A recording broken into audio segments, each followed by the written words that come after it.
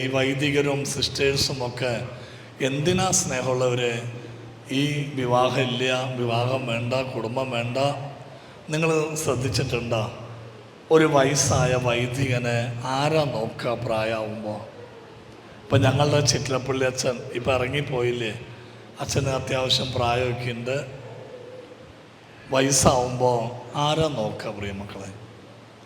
ഇപ്പം അച്ഛനിരിക്കുന്ന ഇടവക ലാസ്റ്റാണ് അച്ഛന്. ഇനി അച്ഛനൊരു ഇടവകയിലേക്കില്ല, ഇനി ഒരു വിയാനി ഹോമിലേക്കോ വയസ്സായ അച്ഛന്മാരെ പാർപ്പിക്കുന്ന സ്ഥലത്തേക്കൊക്കെ വിടും.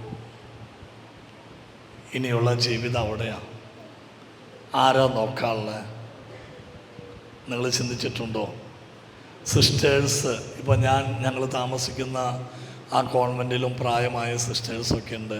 ആര് നോക്കും അവരെ? ഒരു കന്യാസ്ത്രീ മരിച്ചാൽ ആരാ കരയാനുള്ള? ഒരു വൈദികൻ മരിച്ചാൽ ആരാ കരയാനുള്ള പ്രിയമക്കളെ? പിന്നെ എന്തിനാ അവർ കഷ്ടപ്പെട്ട് ജീവിക്കുന്നത്?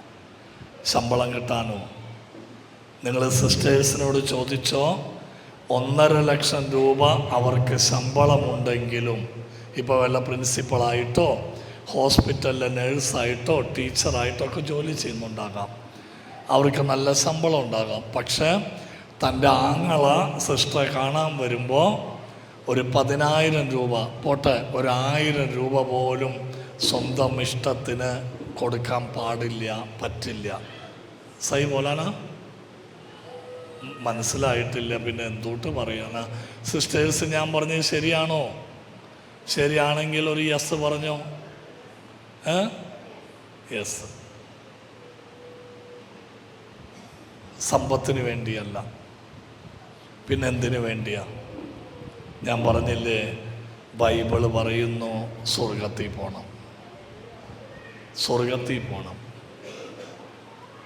നമ്മളൊക്കെ സ്വർഗത്തിൽ പോകട്ടോ. അതിനു വേണ്ടി വിശുദ്ധിക്ക് വേണ്ടി പ്രാർത്ഥിക്കാം.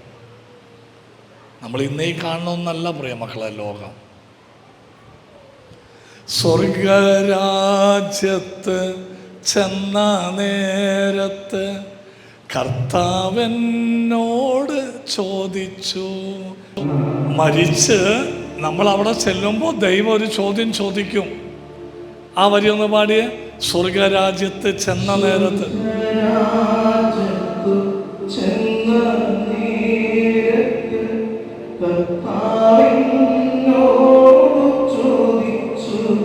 എന്താ ചോദിച്ച?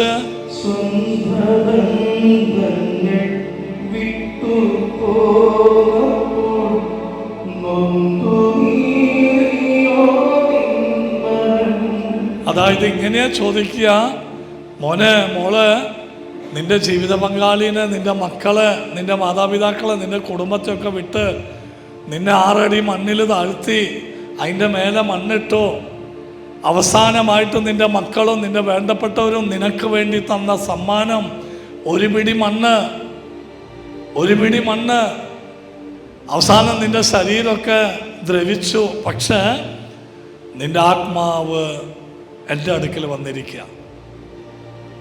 സ്വർഗരാജ്യത്ത് ചെന്ന നേരത്ത് കർത്താവ് എന്നോട് ചോദിച്ചു, സ്വന്തം ബന്ധങ്ങൾ വിട്ടു പോന്നപ്പോ നിന്റെ മനസ്സ് നൊന്താ, വേദനിച്ച നിന്റെ മനസ്സ്? എന്താ മറുപടി പറയാ? കേട്ടോ. ശങ്ക കൂടാതെ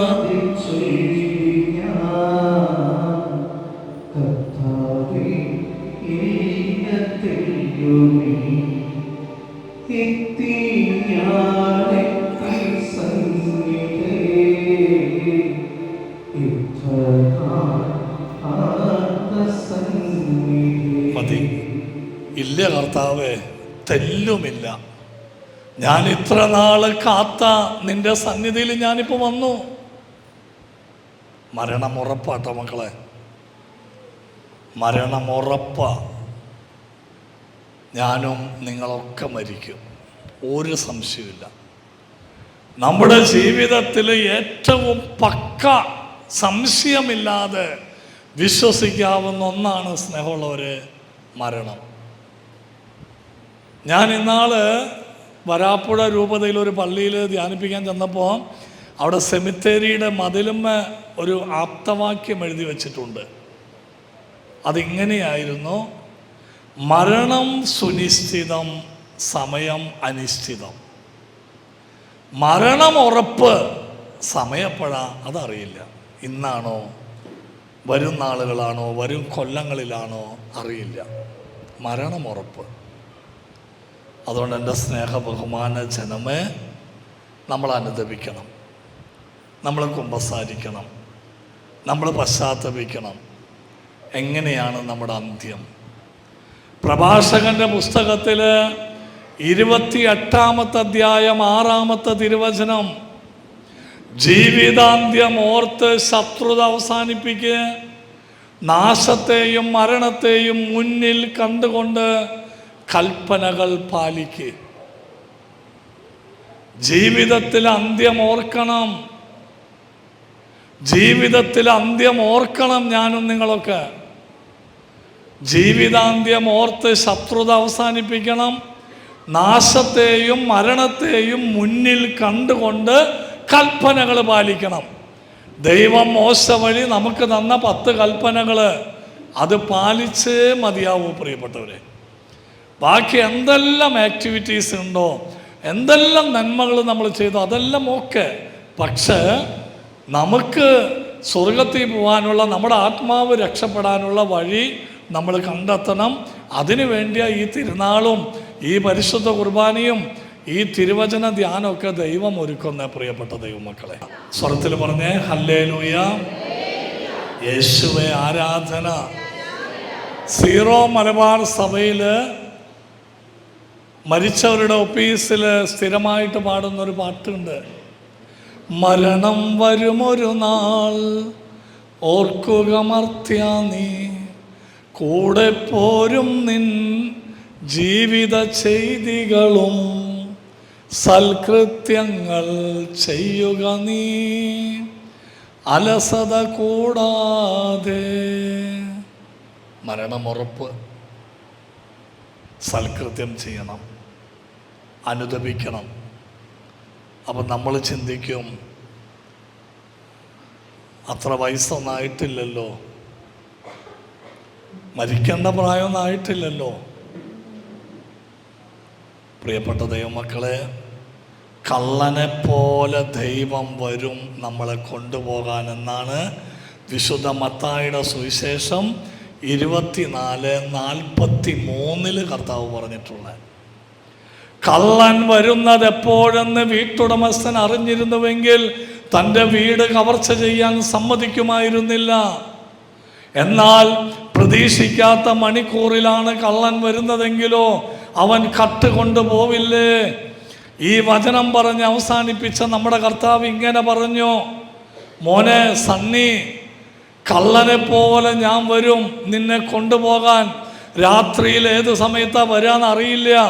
അതുകൊണ്ട് നിങ്ങളും ഒരുങ്ങിയിരിക്കണം. നമ്മൾ ഒരുങ്ങണം പ്രിയപ്പെട്ടവരെ. അങ്ങനെ ഒരു ഒരുക്കമാണ് ഇത്, ഒരു ഒരുക്കം നമ്മുടെയൊക്കെ. അതുകൊണ്ട് അവിടെ ഇവിടെയൊക്കെ ഇരുന്ന് വചനം ശ്രവിക്കുന്ന ദൈവമക്കളെ, പാപത്തിൻ്റെ പടുകുഴിയിൽ കെട്ടുകിടക്കുന്ന സഹോദരങ്ങൾ ആരെങ്കിലും ഉണ്ടെങ്കിൽ ഇന്ന് തന്നെ തിരിച്ചു വരണം, ഇന്ന് തന്നെ ഉപേക്ഷിക്കണം. കാരണം മരണം സുനിശ്ചിതമാണ്, സമയം അനിശ്ചിതമാണ്. മാപ്പ് ചോദിക്കണം. ഒരുപക്ഷെ കുമ്പസാരമില്ലാത്ത പലരും വചനം കേൾക്കുന്നുണ്ടാകാം. അവരവിടെ തന്നെ ഇരുന്ന് ദൈവത്തോട് മാപ്പ് ചോദിക്കണം. കുമ്പസാരം എന്ന കൂദാശുള്ള വ്യക്തികൾ നാളെ ഇവിടെ കുമ്പസാരം നടക്കും, വൈദികർ വരും, നമ്മൾ അനുദപിക്കണം പ്രിയപ്പെട്ടവരെ.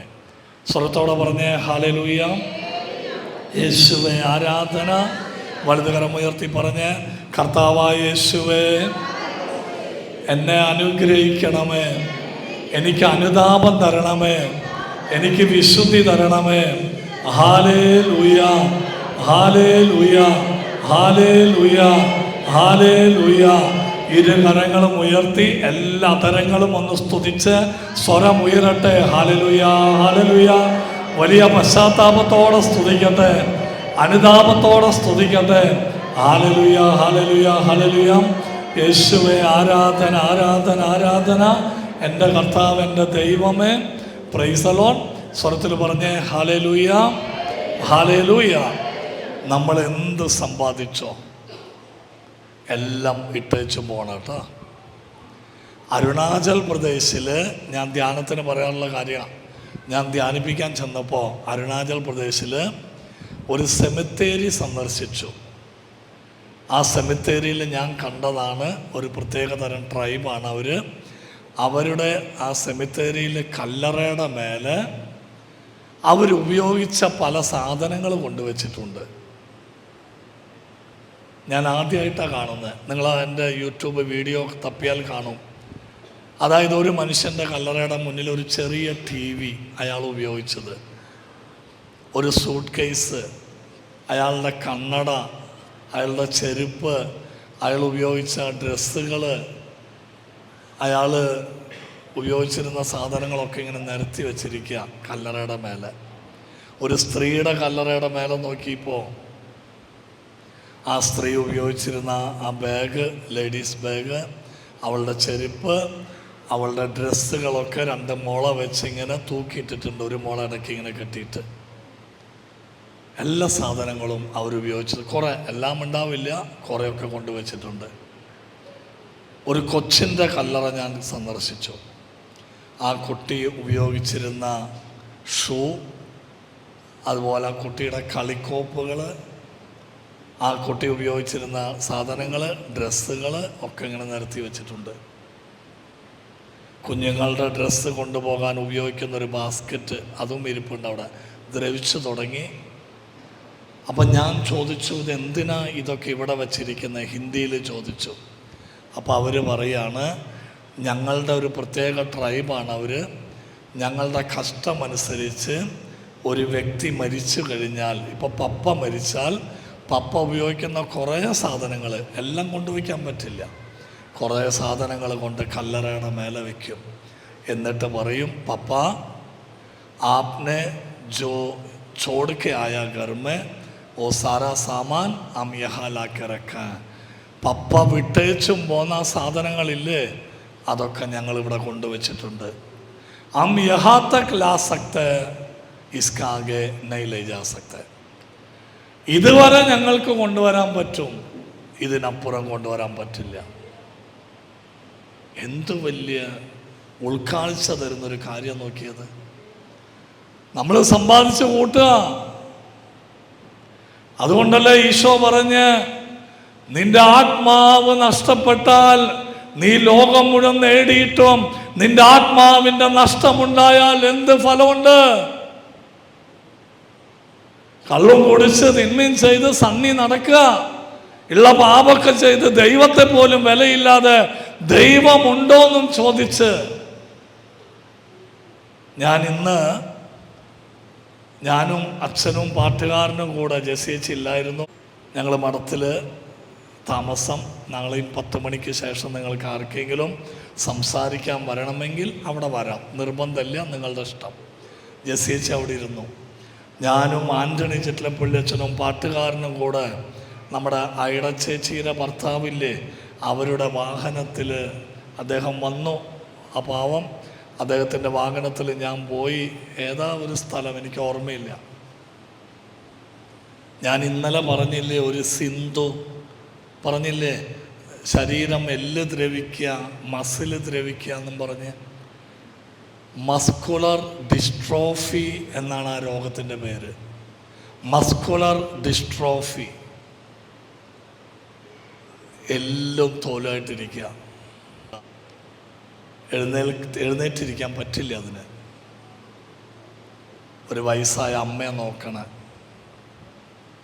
പ്രാർത്ഥിക്കേണ്ട കാര്യം പറഞ്ഞപ്പോൾ അവൾ പറഞ്ഞത്, എൻ്റെ അമ്മയ്ക്ക് വേണ്ടി പ്രാർത്ഥിച്ചാൽ മതി, അമ്മ മരിച്ചാൽ പിന്നെ ആരാളുള്ള ഞങ്ങൾക്ക്. ഇപ്പുറത്തെ മുറിയിൽ അവളുടെ അനുജത്തി കിടപ്പുണ്ട്, സെയിം രോഗം, മസ്കുലർ ഡിസ്ട്രോഫി. അവൾക്കും ആ രോഗം, സിന്ധുവിനും. അവളുടെ ആങ്ങള ഈ സെയിം രോഗമായിട്ട് മരിച്ചുപോയി. ആ പറമ്പിൽ തന്നെ അടക്കം ചെയ്തിട്ടുണ്ട്. നിങ്ങൾ ഓർത്തു നോക്കിയ പ്രിയ മക്കളെ,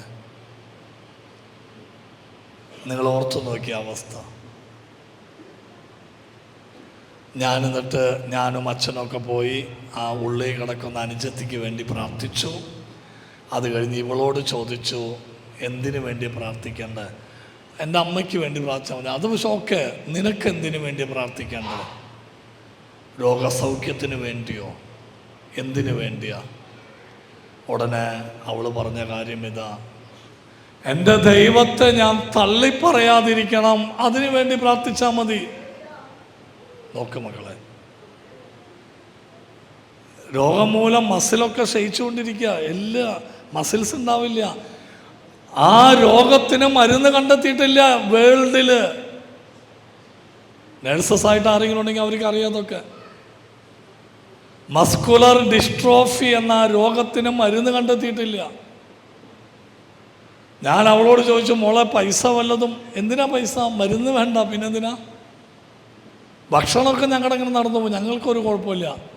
ഞാനെന്നാലും വന്നതല്ലേ എന്നും പറഞ്ഞ് 1000 രൂപ എടുത്ത് ഞാൻ അവളുടെ കയ്യിൽ വെച്ച് കൊടുത്തപ്പോൾ, വേണ്ട ബ്രദറെ, പൈസ ആവശ്യമില്ല, ഒരു 100 രൂപ തന്നോ, ബ്രദർ വന്ന് തന്നതല്ലേ.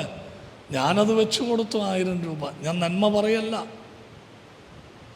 അവൾക്ക് വേണ്ടി പ്രാർത്ഥിച്ചപ്പോൾ ദൈവം തന്നൊരു സന്ദേശം ഞാൻ അവിടെ വെച്ച് പറഞ്ഞു. ശരീരത്തിൽ സഹിച്ചവൻ പാപത്തിൽ നിന്ന് മോചിതനായിരിക്കുന്നു. ശരീരത്തിൽ സഹിക്കുന്ന ആരെങ്കിലും ഉണ്ടോ? അവരെ ദൈവം ഇതാ നാട്ടിൽ തന്നെ, ഈ ഭൂമിയിൽ തന്നെ ഒരു ശുദ്ധീകരണ സ്ഥലം ഒരുക്കാന്നേ. ശരീരത്തിൽ സഹിച്ചവൻ പാപത്തിൽ നിന്ന് മോചിതനായിരിക്കുന്നു, മോചിതയായിരിക്കുന്നു. ഞാൻ പറഞ്ഞു, മോളെ നീയും മരിക്കും ഞാനും മരിക്കും, ചിലപ്പോൾ നിന്നേക്കാൾ മുന്നേ ഞാനാ, എനിക്കറിയില്ല.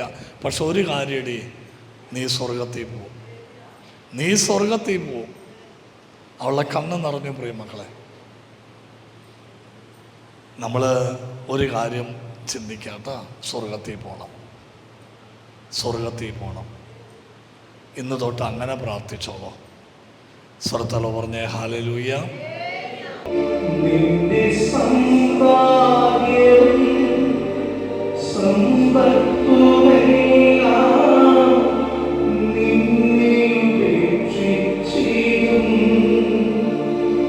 ഇന്ന് രാത്രി ഞാൻ നിന്നെ വിളിച്ചാൽ നീ നാളെ നിദ്ര വിട്ടുണരില്ല. വിദേശത്ത് നിന്നൊരു മലയാളി പെണ്ണ് എൻ്റെ വീഡിയോ കണ്ട് വിളിച്ചിരുന്നു. ഒരു മലയാളി സ്ത്രീ എന്നെ വിളിച്ചിരുന്നു. അവളുടെ ഏറ്റവും വലിയ ദുഃഖം എന്താണെന്നറിയോ? ഭർത്താവിന് നാളെ ജോലിക്ക് പോകണം. അവളും മക്കളും ഇരുന്ന് ക്രിക്കറ്റ് കണ്ടുകൊണ്ടിരിക്കുക. രാത്രിയാണ് കളി അവിടുത്തെ. ഭർത്താവിനോട് പറഞ്ഞു, ചേട്ടൻ ചെന്ന് കിടന്ന് ഉറങ്ങിക്കോ, ഞങ്ങളൊന്ന് കാണട്ടെ കുറച്ച് നേരം. ഭാര്യയും മക്കളും ക്രിക്കറ്റ് കളി കണ്ടു. അതായത് അവിടുത്തെ രാത്രി 1 മണി വരെ. 1 മണിയായപ്പോൾ ഈ ഭാര്യ ചെന്ന് ഭർത്താവിനോട് ചേർന്ന് കിടന്നു, കെട്ടിപ്പിടിച്ച് കിടന്നു. പ്രിയ മക്കളെ, നേരം വെളുത്തു, ചേട്ടൻ എണീക്കുന്നില്ല ജോലിക്ക് പോവാൻ. കുലുക്കി വിളിച്ചു, എണീക്ക്, 6 മണി കഴിഞ്ഞല്ല, ജോലിക്ക് പോണ്ടേ. ചേട്ടൻ മരിച്ചു കിടക്കുക. ആ പെണ്ണിൻ്റെ ഏറ്റവും വലിയ ദുഃഖം ഇതാ. പോസ്റ്റ്മോർട്ടം ചെയ്യണം, വിദേശ രാജ്യമാണ്. പോസ്റ്റ്മോർട്ടം ചെയ്തപ്പോൾ ഡോക്ടർ എന്താ പറഞ്ഞതെന്നറിയോ? ഈ മനുഷ്യൻ മരിച്ചിട്ട് 5 മണിക്കൂറായി കഴിഞ്ഞു. അവൾ അറിഞ്ഞില്ല. അവൾ പറയാ, എന്നോട് പറഞ്ഞ കാര്യമാണ്, സണ്ണി ബ്രദറെ, അപ്പം ഞാൻ നേരം വെളുക്കോളം കെട്ടിപ്പിടിച്ച് കിടന്നു എൻ്റെ ചേട്ടനെ. ഞാൻ ഡെഡ് ബോഡിയാണോ കെട്ടിപ്പിടിച്ച് കിടന്ന്? ഒരു മനുഷ്യന് ശകലമെങ്കിലും ജീവനുണ്ടെങ്കിൽ നമുക്ക് കെട്ടിപ്പിടിച്ച് കിടക്കാം, ഒരു അസ്വസ്ഥതയുമില്ല. മരിച്ച ഒരു മനുഷ്യന് കെട്ടിപ്പിടിച്ച് കിടക്കാൻ പറ്റുമോ അധികം സമയം? പറ്റില്ല. നിങ്ങളൊന്ന് ഓർത്ത് നോക്കിയേ, നമ്മളും നമ്മുടെ അപ്പനോ അമ്മയോ ജീവിത പങ്കാളിയോ മാത്രം ഒരു മുറിയിൽ മരിച്ച് കിടക്കുക. ആ വ്യക്തിനെ ഇങ്ങനെ കെട്ടിപ്പിടിച്ച് കിടക്കാൻ പറ്റുമോ മണിക്കൂറുകൾ? പറ്റില്ല. ആ പെണ്ണിൻ്റെ സങ്കടം അതായിരുന്നു. മരിച്ച ആ ഡെഡ് ബോഡി ആയിരുന്നോ ഞാൻ മണിക്കൂറുകൾ കെട്ടിപ്പിടിച്ച് കിടന്ന്? 5 മണിക്കൂറായി മരിച്ചു കഴിഞ്ഞിട്ടെന്ന ഡോക്ടർ പോസ്റ്റ്മോർട്ടം റിപ്പോർട്ടിൽ പറഞ്ഞ്. എത്ര സമയം പ്രിയ മക്കളെ? അനുദപിക്കണം കേട്ടോ. ഞാനും നിങ്ങളും, ഞാനിവിടെ ഒരു വിശുദ്ധൻ വന്ന് നിൽക്കല്ല കേട്ടോ. നമ്മൾ അനുദപിക്കണം. ആ വേടാ നല്ലത്. നിങ്ങൾ അനുദപിക്കുന്നല്ല പറയേണ്ട, നമ്മൾ അനുദപിക്കണം. നമ്മൾ മാപ്പ് ചോദിക്കണം. പാപം ഉണ്ടെങ്കിൽ ഉപേക്ഷിക്കണം. എന്തെങ്കിലുമൊക്കെ അശുദ്ധിയോ അന്യദൈവ ആരാധനയോ വ്യഭിചാരോ മദ്യപാനമോ മ്ലേച്ഛതയോ തിന്മകളോ ദൈവം യോജിപ്പിച്ചത് മനുഷ്യൻ വേർപെടുത്തുന്ന അവസ്ഥയോ എന്തെങ്കിലുമൊക്കെ ഉണ്ടെങ്കിൽ അനുദപിച്ച് മടങ്ങി വരണം പ്രിയപ്പെട്ടവരെ. ഹല്ലേലൂയ. സ്വരമുയർത്തി പറഞ്ഞേ ഹല്ലേലൂയ. യേശുവേ ആരാധന. ഞാനൊരിക്കൽ ഛത്തീസ്ഗഡിലെ ജഷ്പൂർ എന്ന സ്ഥലത്ത് ചെന്ന് ഞാൻ അവിടെ ചോദിച്ചു. ആദിവാസികളായ ദൈവമക്കളിരിക്കുക ജഷ്പൂര്. ഞാൻ ചോദിച്ചു, നമ്മൾ മരിച്ചു കഴിഞ്ഞാൽ ഏറ്റവും കൂടുതൽ സന്തോഷിക്കുന്നത് ആരാന്ന് ചോദിച്ചു. അപ്പോൾ ചിലർ പറഞ്ഞു ശൈത്താൻ, പിശാച് സന്തോഷിക്കും. ചിലർ പറഞ്ഞു അമാരാ ശത്രു, നമ്മുടെ ശത്രു സന്തോഷിക്കും. ചിലർ പറഞ്ഞു ദൈവം സന്തോഷിക്കും. അങ്ങനെ പല മറുപടി പറഞ്ഞു. ഒരു ആദിവാസി സ്ത്രീ എഴുന്നേറ്റ് എന്ന് പറഞ്ഞു, സണ്ണി ഭയ്യ हम मरने से कीड़े बहुत खुश हो जाएगा എന്ന് പറഞ്ഞു. അർത്ഥം മനസ്സിലായ? हमारे मरने से कीड़े बहुत खुश हो जाएगा. എന്താ അർത്ഥം? കീടാണുക്കൾ നന്നായിട്ട് സന്തോഷിക്കും. ദൈവമേ, ഒരു കയ്യടി കൊടുത്ത എൻ്റെ മോൾക്ക്. നമ്മൾ മരിച്ചു കഴിഞ്ഞാൽ പുഴുക്കള്, കീടാണു, പുഴു സന്തോഷിക്കും. ശരിയാണോ? മിണ്ടില്ല. ശരിയാണോ? നിങ്ങൾക്ക് തൃപ്തിയായിട്ടില്ല മറുപടി അല്ലേ? വിശുദ്ധ ഗ്രന്ഥത്തില് പ്രഭാഷകന്റെ പുസ്തകത്തില് 10-ാം അധ്യായം 11-ാമത്തെ തിരുവചനം, മരിച്ചു കഴിഞ്ഞാൽ പുഴുവിനും കൃമിക്കും വന്യമൃഗങ്ങൾക്കും ആഹാരം. കേട്ടോ? ഞാൻ ആ സ്ത്രീ അങ്ങോട്ട് അപ്രീഷിയേറ്റ് ചെയ്തു. ദൈവമേ, ഇവൾക്ക് എന്താ അറിയുക? ബൈബിൾ വചന പറയണേ, മരിച്ചു കഴിഞ്ഞാൽ പുഴുവിനും കൃമിക്കും വന്യമൃഗങ്ങൾക്കും ആഹാരമാകും. ശരിയാ. ഞാൻ ആ സ്ത്രീനെ അങ്ങോട്ട് വർണ്ണിച്ചു. നിങ്ങൾക്ക് നല്ല അറിവുണ്ടല്ലോ, നല്ല അഭിഷേകം ഉണ്ടല്ലോ എന്നൊക്കെ പറഞ്ഞു. അപ്പോൾ അവള് സന്തോഷം, എല്ലാവരും കൈയടിച്ചു. എന്നിട്ട് അവൾ എനിക്കിട്ടൊരു താങ്ങും താങ്ങി. എന്താ പറഞ്ഞെന്നറിയാം? സണ്ണി ഭയ്യ ആപ് മരേഗത്തോ കീടെ ബഹുത് ഖുശ് ഹോ ജായേഗാന്ന്. മനസ്സിലായില്ല? സണ്ണിബദർ മരിച്ചു കഴിഞ്ഞാൽ പുഴുക്കൾ വളരെ സന്തോഷിക്കുന്നത്. എൻ്റെ വയറുമ്പോൾ നോക്കിയിട്ട് അവളത് പറയണേ. നല്ല ചിക്കനും മട്ടനും ബീഫും പോർക്കൊക്കെ തിന്ന് വണ്ണായി വെച്ചിരിക്കുക. ആർക്കുള്ളതാ ഈ ശരീരം? ആർക്കുള്ളതാ? പുഴുവിനും കൃമിക്കും വന്യമൃഗങ്ങൾക്കും ആഹാരം. നല്ല ലിപ്സ്റ്റിക്കൊക്കെ ഇട്ട്, ഇവിടെ ആരും ഇല്ല കേട്ടോ, അങ്ങനെ ചുണ്ടൊക്കെ നല്ല ഭംഗിയാക്കി, കവളൊക്കെ നല്ല ഫേഷ്യൽ ചെയ്ത് ഭംഗിയാക്കി വെച്ചിട്ടുണ്ട്. ആർക്ക് വേണ്ടിയാ? മിണ്ടില്ല. ആർക്ക് വേണ്ടിയാ? പുഴുക്കൾക്ക്. ഹല്ലേലൂയ.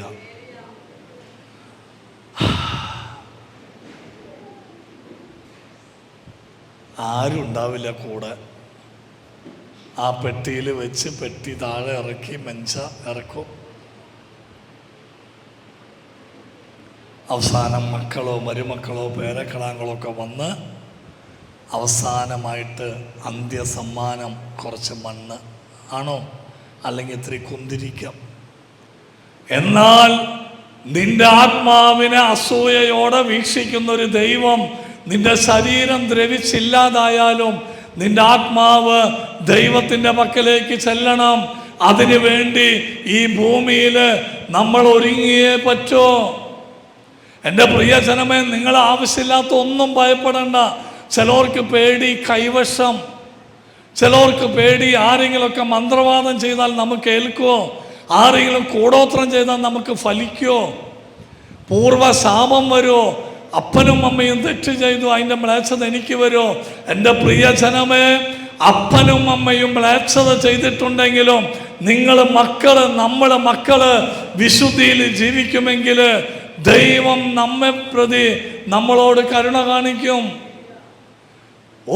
ഒരു കൂടോത്രത്തിൽ നിങ്ങൾ പേടിക്കണ്ട. ആര് വേണമെങ്കിൽ നമുക്കെതിരെ കൂടോത്രം ചെയ്തോട്ടെ, മന്ത്രവാദം ചെയ്തോട്ടെ. ദൈവത്തിൻ്റെ തിരുവചനം സംഖ്യയുടെ പുസ്തകം 23:23 യാക്കോബിന് ആഭിചാരം ഏൽക്കുകയില്ല, ഇസ്രായേലിനെതിരെ ക്ഷുദ്രവിദ്യ ഫലിക്കുകയില്ല. നമ്മൾ ഇസ്രായേൽ ജന, നമ്മൾ തിരഞ്ഞെടുക്കപ്പെട്ട വംശമാ. കർത്താവായ യേശുവിൽ അങ്ങോട്ട് വിശ്വസിച്ചോ. നീ ഏത് മതമോ ഏത് ജാതിയോ ഏത് സഭയോ ആയിക്കോട്ടെ, യേശു ക്രിസ്തു നിനക്ക് വേണ്ടി മരിച്ചെന്ന് അങ്ങോട്ട് വിശ്വസിച്ചോ. ആ കർത്താവ് നിന്റെ പാപങ്ങൾക്ക് വേണ്ടിയാണ് മരിച്ചത്. ആ ദൈവത്തിൽ ആശ്രയിച്ച് പാപം ചെയ്യാതിരിക്കുക, വിശുദ്ധിയിൽ ജീവിക്കുക. നീ ഒന്നിനെ കുറിച്ചും പേടിക്കേണ്ട കാര്യമില്ല. സ്വരത്തോടെ പറഞ്ഞേ ഹല്ലേലൂയ, ഹല്ലേലൂയ. യേശുവേ ആരാധന, ദൈവമേ നന്ദി. നിങ്ങൾ കൂടോത്രമൊന്നും പേടിക്കണ്ട കേട്ടോ. അതുപോലെ വീട് വെച്ചത് ശരിയായിട്ടില്ല, കന്നിമൂല ശരിയായിട്ടില്ല. ഈ വീട് പണ്ട് വാങ്ങിയ സ്ഥലം, ഈ സ്ഥലം വാങ്ങിയത് പണ്ട് അന്യദൈവത്തെ ആരാധിച്ചിരുന്നോ, മ്ലേച്ഛത ചെയ്തിരുന്നോ, അവർ പിശാചിനെ ആരാധിച്ചിരുന്നോ? എൻ്റെ പ്രിയ ജനമേ, ഒരു വൈദികൻ വന്ന് നിന്റെ കുടുംബത്തിൽ വെഞ്ചരിച്ചിട്ടുണ്ടോ? നീ യേശുവിൽ വിശ്വസിക്കുന്നുണ്ടോ? നീ ആ വീട്ടിൽ കിടന്ന് സ്തുതിക്കുന്നുണ്ടോ ദൈവത്തെ? നീ തിന്മ ചെയ്യാതെ ജീവിക്കുന്നുണ്ടോ? എങ്കിൽ ദൈവം ആ കുടുംബത്തെ, ആ സ്ഥലത്തെ വിശുദ്ധീകരിച്ചു കഴിഞ്ഞു. പ്രഭാഷകൻ 47:10 അവർ ദൈവത്തിൻ്റെ വിശുദ്ധ നാമത്തെ സ്തുതിച്ചപ്പോൾ അവരുടെ സ്തുതികളാൽ ആ സ്ഥലം വിശുദ്ധ സ്ഥലമായിട്ട് മാറി. നമ്മളൊരു സ്ഥലത്ത് നിന്ന് യേശുവിനെ സ്തുതിക്കുമ്പോൾ ആ സ്ഥലം വിശുദ്ധീകരിക്കപ്പെടും. പ്രിയപ്പെട്ടവര്, അനാവശ്യമായിട്ട് ഒന്നിനും നിൽക്കണ്ട. നിങ്ങൾ ഒരു കാര്യം ശ്രദ്ധിച്ചോ. യൂതിത്തിൻ്റെ പുസ്തകം 5:17 വചനം ഇങ്ങനെയാ പറയുന്നത്, ശ്രദ്ധിച്ചു കേട്ടോ. തങ്ങളുടെ ദൈവത്തിനെതിരെ പാപം ചെയ്യാതിരിക്കുന്നിടത്തോളം കാലം അവർക്ക് അഭിവൃദ്ധി ഉണ്ടായി. കണ്ടോ, തങ്ങളുടെ ദൈവത്തിനെതിരെ പാപം ചെയ്യാതിരിക്കുന്നിടത്തോളം കാലം അവർക്ക് അഭിവൃദ്ധി ഉണ്ടായി. കാരണം പാപത്തെ വെറുക്കുന്ന ഒരു ദൈവം അവരുടെ കൂടെ ഉണ്ടായിരുന്നു. തിന്മ ചെയ്യാതിരിക്കുക, വെറുപ്പുപേക്ഷിക്കുക, മ്ലേച്ഛത മാറ്റിക്കളയുക. ഇതുള്ള തെറ്റുകൾ മുഴുവൻ നമ്മൾ ചെയ്യും. സ്വയംഭോഗോ, വ്യഭിചാരോ, സ്വവർഗ സംഭോഗോ, ഹോമോസെക്സ്, അനാവശ്യമായിട്ടുള്ളതെല്ലാം ചെയ്യും. നമ്മൾ എന്നിട്ട് ആ കാര്യമില്ലാതെ ഇങ്ങനെ പേടിച്ച് നടക്കണ്ട. ഒരു കാര്യമില്ല. നമ്മൾ ചെയ്ത തെറ്റിനെ അനുദപിക്കുക, നമ്മൾ മാപ്പ് ചോദിക്കുക. കർത്താവ് നമ്മുടെ തെറ്റുകൾ ക്ഷമിക്കും. പ്രിയപ്പെട്ടവരെ, പാപം ചെയ്യാതിരിക്കുക, പാപം ചെയ്യാതിരിക്കുക. ഇത് വളരെ ഇമ്പോർട്ടൻ്റാണ്. അനാവശ്യമായ പോൺ സൈറ്റുകൾ, ചീത്ത ബന്ധങ്ങൾ. ഇവിടെയുള്ള പെൺകുട്ടികളോട് ആൺകുട്ടികളോടും പറയാം, നിങ്ങൾ വളരെ ശ്രദ്ധിച്ച് ജീവിക്കണം കേട്ടോ, വളരെ ശ്രദ്ധിച്ച് ജീവിക്കണം. മക്കളെ സൂക്ഷിക്കണം കേട്ടോ. നിങ്ങളൊക്കെ വിവാഹം കഴിഞ്ഞ് പോയാലും പിന്നീട് ഫോളോ ചെയ്യും ഈ ഫോട്ടോസൊക്കെ കാണിച്ച് പലവന്മാരും. സർപ്പത്തിൻ്റെ വിവേകം വേണം. ആൺപിള്ളേരോടും പറയാ, പ്രാവിൻ്റെ നിഷ്കളങ്കത വേണം. പാപം ചെയ്യരുത്. നമ്മളൊരു തിന്മ ചെയ്യുമ്പോൾ ദൈവത്തിൻ്റെ ആത്മാവ് കരയും. ജെറമിയ 13:17 നിങ്ങൾ അനുസരിക്കുന്നില്ലെങ്കിൽ നിങ്ങളുടെ അഹങ്കാരത്തെ ചൊല്ലി രഹസ്യത്തിൽ എൻ്റെ ആത്മാവ് കരയും. നമ്മളൊരു പാപം ചെയ്യുമ്പോൾ, നമ്മളൊരു തിന്മ ചെയ്യുമ്പോൾ നമുക്ക് വേണ്ടി മരിച്ചവൻ ആരും അറിയാതെ ഇരുന്ന് കരയും. കരയിപ്പിക്കരുത് കേട്ടോ. ദൈവം കുറെ കരഞ്ഞിട്ടുണ്ട്. എൻ്റെ പെങ്ങളെ പരീക്ഷിക്കാനാ ഞാനൊരു ധ്യാന മന്ദിരത്തിൽ പോയ. അവിടെ ചെന്നപ്പോൾ ഈ ആന്റണി ചിറ്റലപ്പിള്ളച്ചൻ പറഞ്ഞൊരൊറ്റ വചനമാ നല്ലവരായി നിങ്ങളുടെ മുമ്പിൽ എന്നെ നിർത്തിയത്. തൻ്റെ മക്കളെ കുറിച്ച് വേദനിക്കുന്നൊരു ദൈവം, തൻ്റെ മക്കളെ കുറിച്ച് പരാതി പറഞ്ഞ് കരയുന്നൊരു ദൈവം. യെശയ്യ 1:2 എഴുതി വെച്ചു, ആകാശമേ ശ്രവിക്കണേ, ഭൂതലമേ ചെവി തരണേ. ഞാൻ എൻ്റെ മക്കളെ പോറ്റി വളർത്തി, അവരെന്നോട് മത്സരിക്കുക. ഒരു കാളയ്ക്ക് പോലും അതിൻ്റെ ഉടമസ്ഥൻ അറിയാം, ഒരു കഴുതയ്ക്ക് അതിൻ്റെ യജമാനൻ്റെ തൊഴുത്തറിയാം. പക്ഷെ എൻ്റെ മക്കൾക്ക് ഞാൻ ഇവർക്ക് വേണ്ടി മരിച്ചിട്ടും, ഞാൻ ഇവരുടെ ശാപം ഏറ്റെടുത്തിട്ടും, നോക്ക നിങ്ങൾ കുരിശില്, ഞാൻ ഇവർക്ക് വേണ്ടി സ്വയം ശപിക്കപ്പെട്ടവനായി തീർന്നിട്ടും ഇവരെന്നെ അറിഞ്ഞില്ലല്ലോ. കാള തൻ്റെ ഉടയവനെ, കഴുത തൻ്റെ യജമാനന്റെ, പുൽത്തൊട്ടി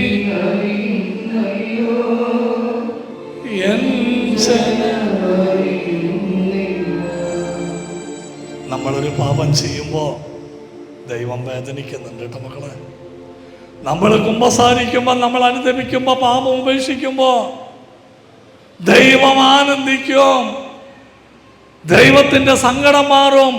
ലൂക്കാ 15:7 അനുദപിക്കുന്ന പാപിയെക്കുറിച്ച് സ്വർഗത്തിൽ കൂടുതൽ സന്തോഷം ഉണ്ടാകും. നമ്മൾ ഭണ്ഡാരത്തിൽ എന്തോരം പൈസ കൊണ്ടിട്ടോ, നമ്മുടെ ശരീരം ദഹിപ്പിക്കാൻ വിട്ടുകൊടുത്തോ, എന്തെല്ലാം നന്മ പ്രവൃത്തികൾ നമ്മൾ ചെയ്തോ, ദൈവം ഏറ്റവും കൂടുതൽ ആനന്ദിക്കുന്നത് നമ്മൾ അനുദപിക്കുമ്പോഴാണ്. പറയും മക്കളെ, കുഞ്ഞുങ്ങളെ, അമ്മയപ്പനും വേദനിക്കരുത് കേട്ടോ, ദൈവം കരയരുത് കേട്ടോ മക്കളെ, പ്ലീസ്. നമ്മളൊരു നുണ പോലും പറഞ്ഞാൽ ഈശോയ്ക്ക് സങ്കടം. നമുക്കൊന്ന് എഴുന്നേറ്റൊന്ന് പ്രാർത്ഥിക്കാം, അനുദപിക്കാം. എൻ്റെ മുഖം വാടിയാൽ ദൈവത്തിൻ്റെ മുഖം വാടും. എൻ്റെ മിഴികൾ ഈറനണിഞ്ഞാൽ ദൈവത്തിൻ്റെ മിഴി നിറയും. എല്ലാവരും കണ്ണടയ്ക്കുക, എല്ലാവരും കണ്ണടയ്ക്കുക, എല്ലാവരും കണ്ണടയ്ക്കുക. ആരും കണ്ണ് തുറക്കണ്ട. ചെയ്തു പോയ തെറ്റുകൾക്ക് വേണ്ടി പശ്ചാത്തപിക്കുക. എൻ്റെ ദൈവമേ, ഇനിയൊരു പാപം ചെയ്ത് അങ്ങയെ വേദനിപ്പിക്കാൻ ഇടവരുത്തരുത്. പാപം മൂലമുള്ള എൻ്റെ രോഗങ്ങൾ എടുത്തു മാറ്റണേ, എൻ്റെ തകർച്ചകൾ എടുത്തു മാറ്റണേ. ഇപ്പൊ തന്നെ സൗഖ്യം തരുന്ന ദൈവം. അനുദപിച്ച് മാപ്പ് ചോദിച്ചോ. എല്ലാവരും കണ്ണടയ്ക്കുക. ഈ പാട്ടിനോട് ചേർന്ന് പശ്ചാത്തപിക്കട്ടെ. Maria